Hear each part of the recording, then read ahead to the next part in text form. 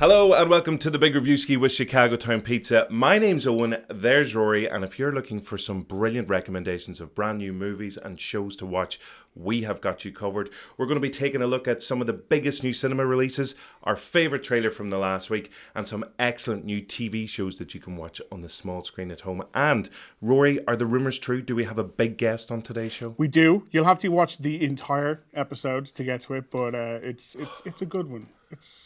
It's one to be excited about, I think. Yeah, for sure. Okay, nice teasing there from Rory. Now, we kick off every show with a bit of amazing movie news, and Tom Hanks, you've heard of him, yes? I have indeed, yeah. Officially the nicest man in Hollywood. Everybody wants him to be your daddy, your uncle, your best friend forever.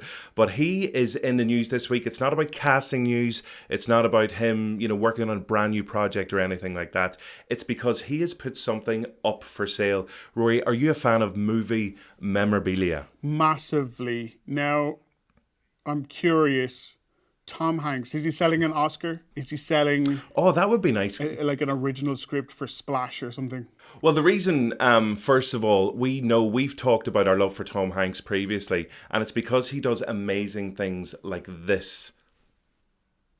So as we can see there, this is Tom Hanks on a night out when a guy, maybe, he's just feeling particularly tired, has decided to fall asleep on his dinner table, and Tom Hanks has been convinced to come over and photobomb him, worthy of another Oscar, I'm sure. So he's obviously an unbelievably friendly fellow, but he's also really good-natured. And after nearly 30 years of owning this particular piece of movie memorabilia, he's putting it up for sale this week. He is putting to auction his Home Away from Home. It's his movie set trailer. So take a look at this. This thing is an absolute beast.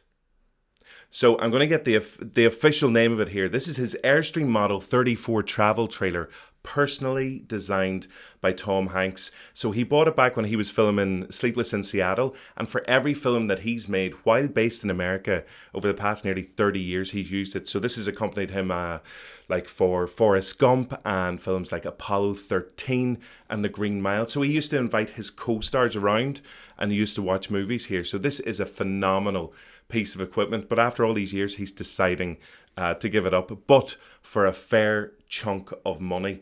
It's got a couple of key features. As I said, he designed it personally. He's also signed the interior as well, which you can count it as vandalism or as an autograph to cherish forever. But my favorite part is the bathroom, where he has installed proper Hollywood lights around the mirror for whenever he was obviously doing his makeup on those films as well. And if nothing else, can you believe, Tom Hanks took a poop in that toilet, probably multiple poops over the years, which is worth the money alone. It's actually going up for sale at a minimum price of $150,000 all the way up to, they're expecting a bit of a round. Well, they're going all the way up to $250,000, which is pretty hefty chunk of cash anyway. I think if you took that trailer and put it in like Dublin 6, someone would probably ask for like $1 million for it. Actually, yeah, Tom Hanks should be selling his amazing trailer in the middle of Dublin to make some proper money on it. But that's our Tom Hanks story this week. It's up for sale this week, so you can log on to... what's the point of logging on? You probably don't have the money. You're never going to get that trailer. But it's Bonham's Auctioneers, and they're going to be selling it this week, so best of luck to Tom. But enough about him now. It's on to our brand new movie releases this week. We've got some excellent choices for you. What's up first, Rory? Up first is Free Guy, the new big budget action comedy starring Ryan Reynolds. It is the reason why later on we'll be talking to director Sean Levy, because he directed this, and I know he's directed some stuff that you love on the Night at the Museum trilogy. Night at the Trilogy Museum. It's a museum solely dedicated to trilogies. It's a great museum. The Lord of the Rings exhibition is just great. But so he's stunning. Co-starring in this with Taika Waititi, Jodie Comer, just some really, really funny people. He plays a video game character who slowly realizes that he is a video game character and kind of wants out and wants to see the world beyond the digital world that's created around him. It's very funny. It's surprisingly, when you hear like, it's a family-friendly movie and it's probably going to be, aimed more at the kids. I was surprised at how many really funny, more adult-aimed jokes there were in this. It's surprisingly dark in places, but like in a really, really funny way. Not in a way that the kids are going to be upset, but in a way that they won't get the joke. But the adults with the kids definitely will get the joke. So it's one of the better examples of movies that are kind of based on video games, even though this isn't really based on a video game. And Ryan Reynolds, as always, is just one of the most charming, funny, like really fantastic screen presences in Hollywood, and he nails that kind of childlike innocence of someone who doesn't fully appreciate or understand the world or how violent the world he's in. Really, really recommended it. One of the more entertaining big bloodshot blockbusters of 2021 so far.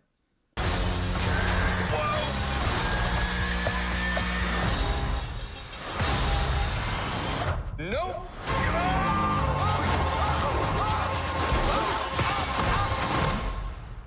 I can't die. I'm never gonna die. Yeah, I can't wait to see it because, as you said, I love Ryan Reynolds. The premise is just brilliant. I was obsessed with games like Grand Theft Auto growing up, so this looks like the perfect kind of taking the mick out of that premise. And Jodie Comer is just excellent in everything that she's in. So no, it looks like a whole lot of fun. Yeah, highly recommend it. Excellent. Now, you mentioned darker films there as well. Yeah. I said I like big, sunny, funny ones. That's good. You know me, I'm a little bit nervous when it comes to slightly more scary films, but just a scooch, just a teeny tiny bit. But what's our second film this week? The second one is a sequel to what I think many people believe is one of the better original horror films that we've had in the last decade or so. It came out in 2016, the original Don't Breathe. Now, remind me, did you see that one? I did, on your recommendation, actually, and I want to both thank you and curse you for doing that because, as you said, it's such a tense horror film, and it's the kind of thing that it's like going for a run. You feel better after you've done it, but you don't want to do it at the very, very start. So, no, I loved. I actually loved Don't Breathe when I saw it. Yeah, so this is the kind of. It's surprising how long it's taken for the sequel to come because the first one was a very small budget and it was actually a massive blockbuster at the box office. Stephen Lang is back as the blind recluse who has a very violent history and proves to be handy in a fight despite not being able to see, any of his surroundings. The director Fede Alvarez is back as a writer and a producer, I think, but the guy who wrote the first one is directing this one. And in this, we find that Stephen Lang's character is kind of having to deal with some of the actions in his own past. Cards on the Table wasn't shown to Irish press before it hit the cinema, so I have no idea if it's any good. I haven't seen it. Other critics in Ireland and the UK, and as far as at the time of recording around the world, haven't seen it. Usually not a good sign, or it's a sign that it's got a really interesting twist that nobody wants the world to know about yet. So it will depend. We're not recommending this one. We're just saying it's out. So the rest is up to you. We're just saying it exists. Yes. It's there if you want to go and see it. Okay, fair enough. Excellent. Now, I'm going to take over preview duties here because I know gaming is your area of expertise, horror is your area of expertise, but children's cartoons are most definitely mine. And the other big release this week is Paw Patrol, the movie. Now, Paw Patrol has been, the TV series has been on repeat in my house through no choice of mine for roughly the last year and a half. And do you know how much goddamn time that is in doggy years? It's one of those blink twice if you need help kind of situations. Yeah, pretty much. Please send help, come and rescue me. So anybody who is familiar with the Paw Patrol universe, this is the big screen adaptation. It's whenever everybody's favourite rescue gang of pups goes from Adventure Bay into Adventure City because the evil, he's such a nasty guy, Mayor Humdinger, is up to no good. I know, Rory, you're familiar with all of these characters like Chase and Rubble and Marshall. So all the favourites are in there. Now, there actually is an amazing description of the film, and it's worth getting here because Variety, whenever they were reviewing the film, actually gave it a really good one, and this was their description of it. So, first responders and working class heroes band together against political corruption and environmental disaster in this gripping, inspiring, animated thriller. Now, I was going to go and see it Animated anyway, thriller? but I'm already It's sold. just not for kids. Animated thriller. Yeah, have you seen the trailer? Like, look at that footage. It's incredibly gripping. So that is actually out now. It's just been released this week, so you can go and see Paw Patrol the movie on the big screen. Aren't there very famous people doing voices in this one? Isn't it like Kim Kardashian and Ronan Keating? I know they're not exactly the same level. And someone who I think only got the job because of his name, Dax Shepard.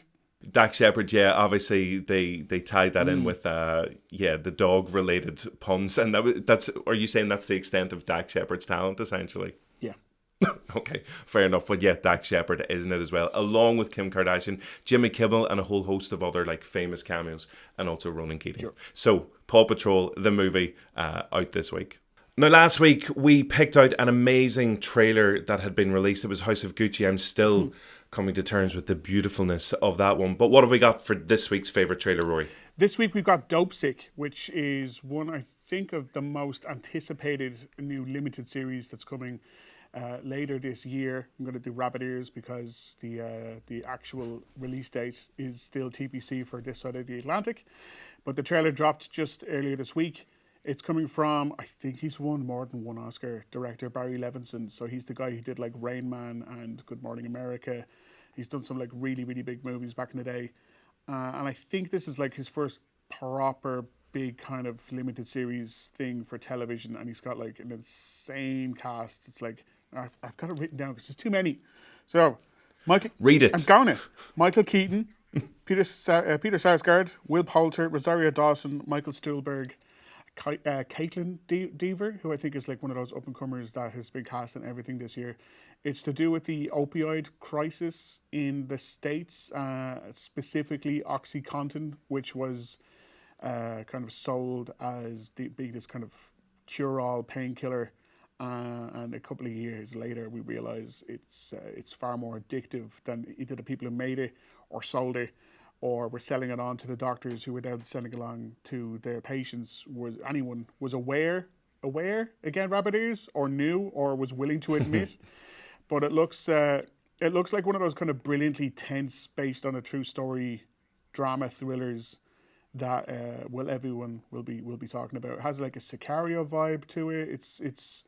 It just everything about it just seems so prestigious, and the kind of show that come next year when the Golden Globes and the Emmys and all those are listing out their nominations, it'll just be like drowning in potential awards.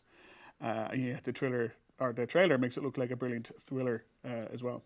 I'm kind of hoping that, because Michael Keaton seems a bit annoyed in the trailer because of the events that have gone on, that this maybe drives him and become like an older version of Batman. Just everything he's in, I'm hoping he dons the suit again. So you never know, you might see Batman at some point in this, but that's Dopesick. Yeah, so it's landing in Hulu in the States, which we don't have over here, this October.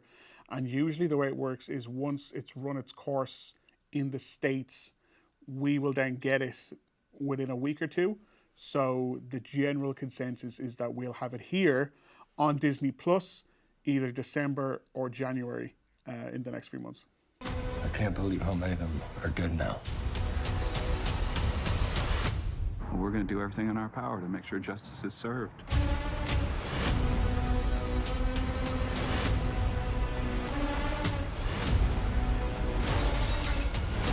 We're going to cure the world of its pain. Excellent stuff. You can check out the full trailer for Dopesick. It's up on JOE.ie as well. Now it's time for some of the best recommendations of things for you to check out at home. So Rory, I know you've picked out a few here, but I'm very excited personally about the first one because for anybody that hasn't heard the Big Reviewski before, myself and Rory are two massive Marvel fans. You can check out our TBR Spotlight deep dive into Loki and the Falcon and the Winter Soldier there as well. But we do have a brand new Marvel show coming out this week. Yeah, so we've got What If, which is coming every Wednesday for the next, I think, 6 Wednesdays on Disney+. And it's an animated series that tells a few different kind of parallel timeline stories, which sets up stuff within the MCU that we all know very well already, but changes one tiny detail which then causes the story as we know it to go off in a different direction. So the very first episode, no spoilers, it's in the trailer, is what if Peggy Carter got the super serum instead of Steve Rogers? How would that alter the course of history within the MCU as we know it? So every episode kind of deals out a different parallel story to one that we have already seen. Apparently some of them could be expanded upon and made a bigger part of the MCU as we know it, because from having seen Loki and WandaVision and some of the plots that we already know from the new Spider-Man and Doctor Strange, the multiverse and all that stuff is definitely going to play a big part in the future of the MCU. I've seen the first 3 episodes and they're good, but none of them have blown me away yet. I wasn't far into WandaVision before I loved it. I wasn't far into Loki before I loved it. I thought Falcon and Winter Soldier was good. This is more, it's good as well. Now, not to say that a later episode won't completely blow us all away, but the first 3 is good. It's good. Yeah. It's good. Well, the one I'm looking forward to the most is the fact that it's, I think it's Chadwick Boseman, one of his final performances. Obviously, a voice performance here with the animation, because he teams up with Michael Rooker in a version of the Peter Quill Guardians of the Galaxy storyline where he becomes a Ravager. So, as you said, just one tiny little detail changed from what we do know already from the MCU. So, even again, that it's a really strong idea. It gives you lots of stuff to play with. So that's one particular episode that I'll be looking forward to. So I don't care how good or it's good you say it is, I'm going to watch it anyway.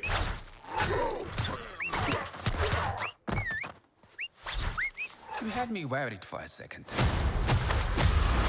Journey to face the unknown and ponder the question.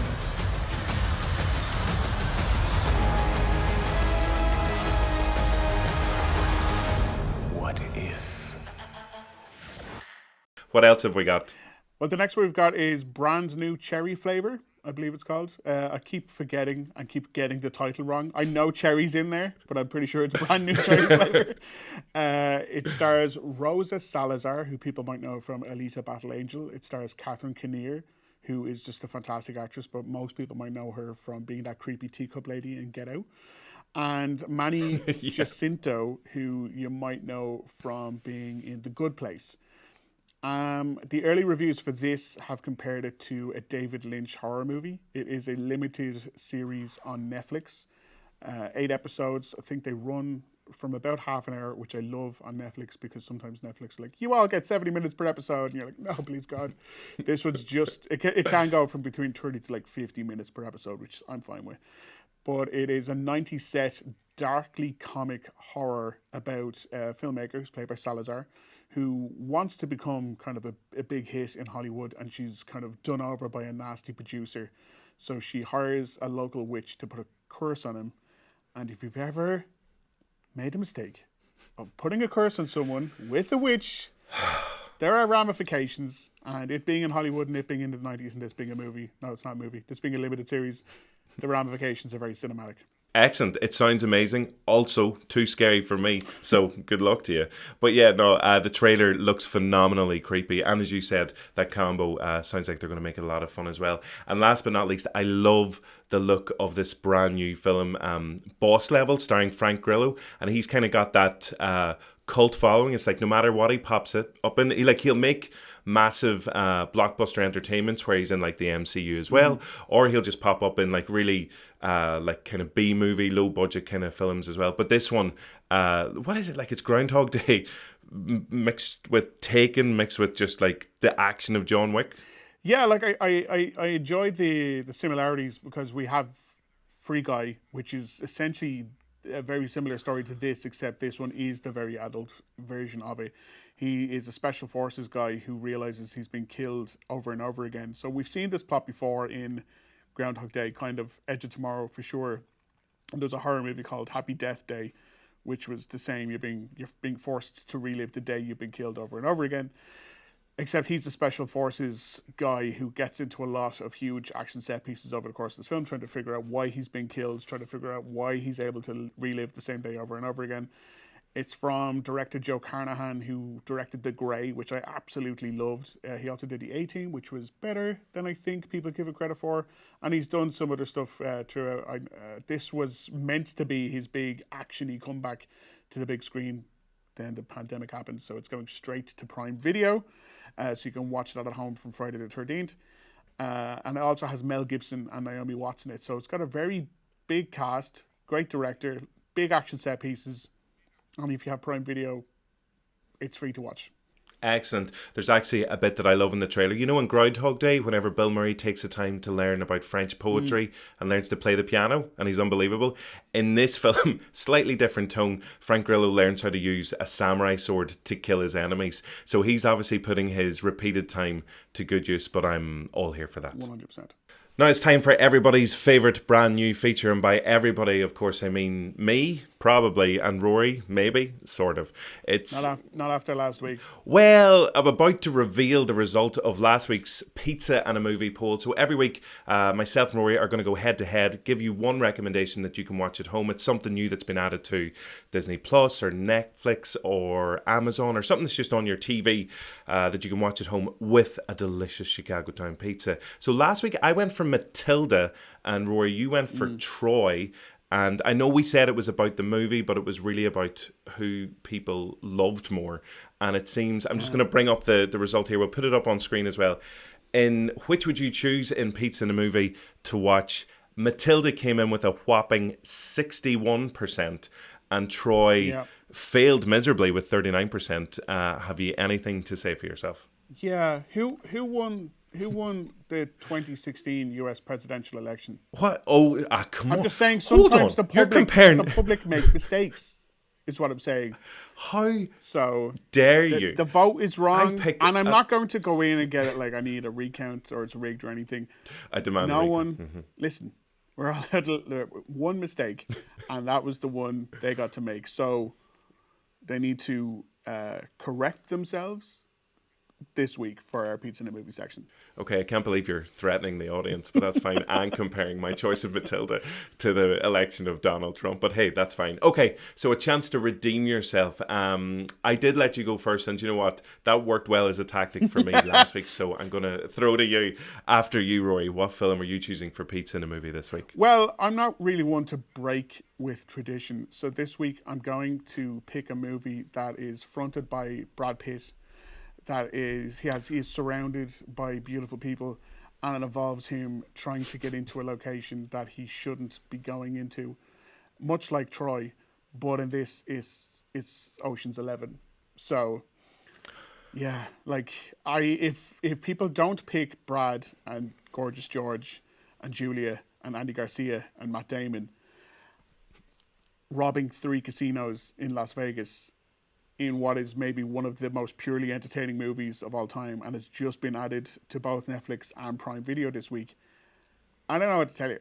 I do know America didn't give Trump a second term, so it bodes well for me. You're really leaning into that comparison, and I love how you're just relying on Brad Pitt and his beautiful friends again. But that's fair. It's a good move. I like it. And again, Ocean's 11. This is where I have to be careful that I'm not tempted to again pick your choice, because I absolutely love that film as well. Okay, so great shout, Ocean's 11.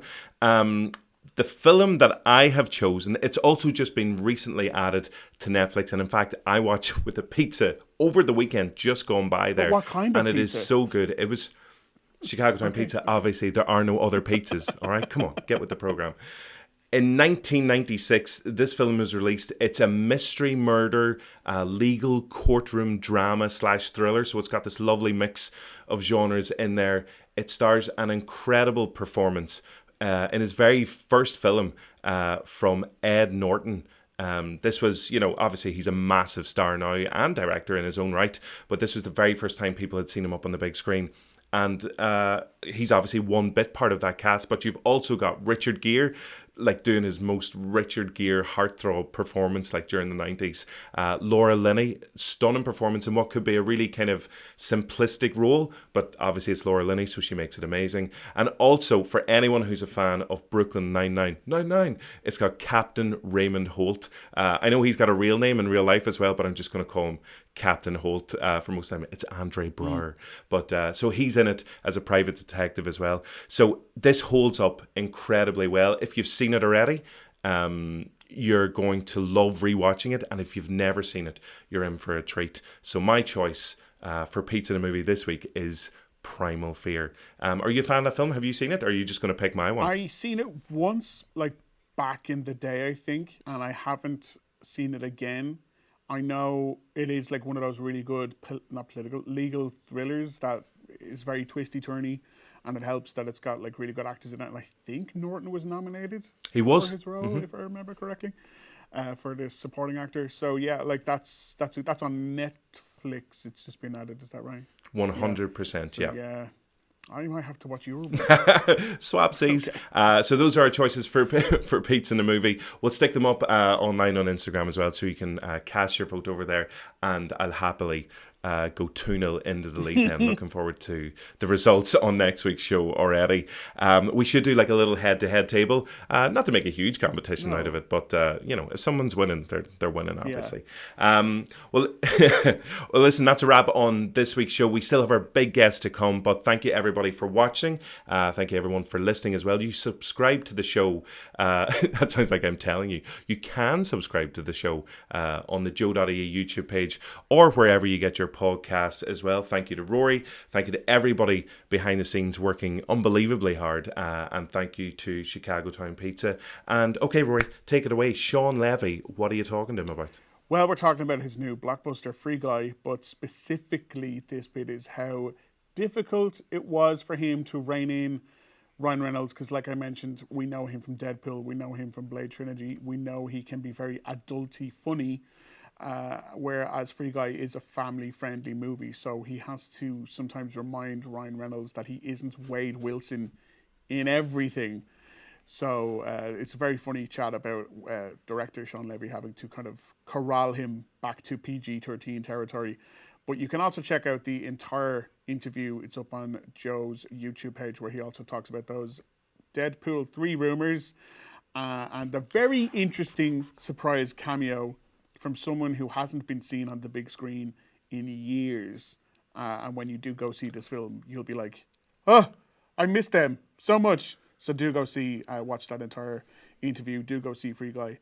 And do stick around for these like next 90 seconds or whatever for Shawn. The only person in this movie, and I like making shows and movies that generationally people can watch together, right? It's true of Stranger Things. It's true of Night at the Museum. I wanted a movie that could be for you and your cousins, who I'm guessing are much younger than you. And yet the only one who I had to rein in is Ryan Reynolds. Ryan has spent a lot of time honing that Deadpoolian tone, which is very R. And so maybe once a week, Ryan would start improvising. I'm like, whoa, buddy. Easy does it there, Wade Wilson. We're making Free Guy. And he would remember, oh, that's right. This is PG-13. We're going to clean up the language. And there's a few moments where we push up against the edges. And in fact, there's a few jokes that are pretty dirty if you actually think about them.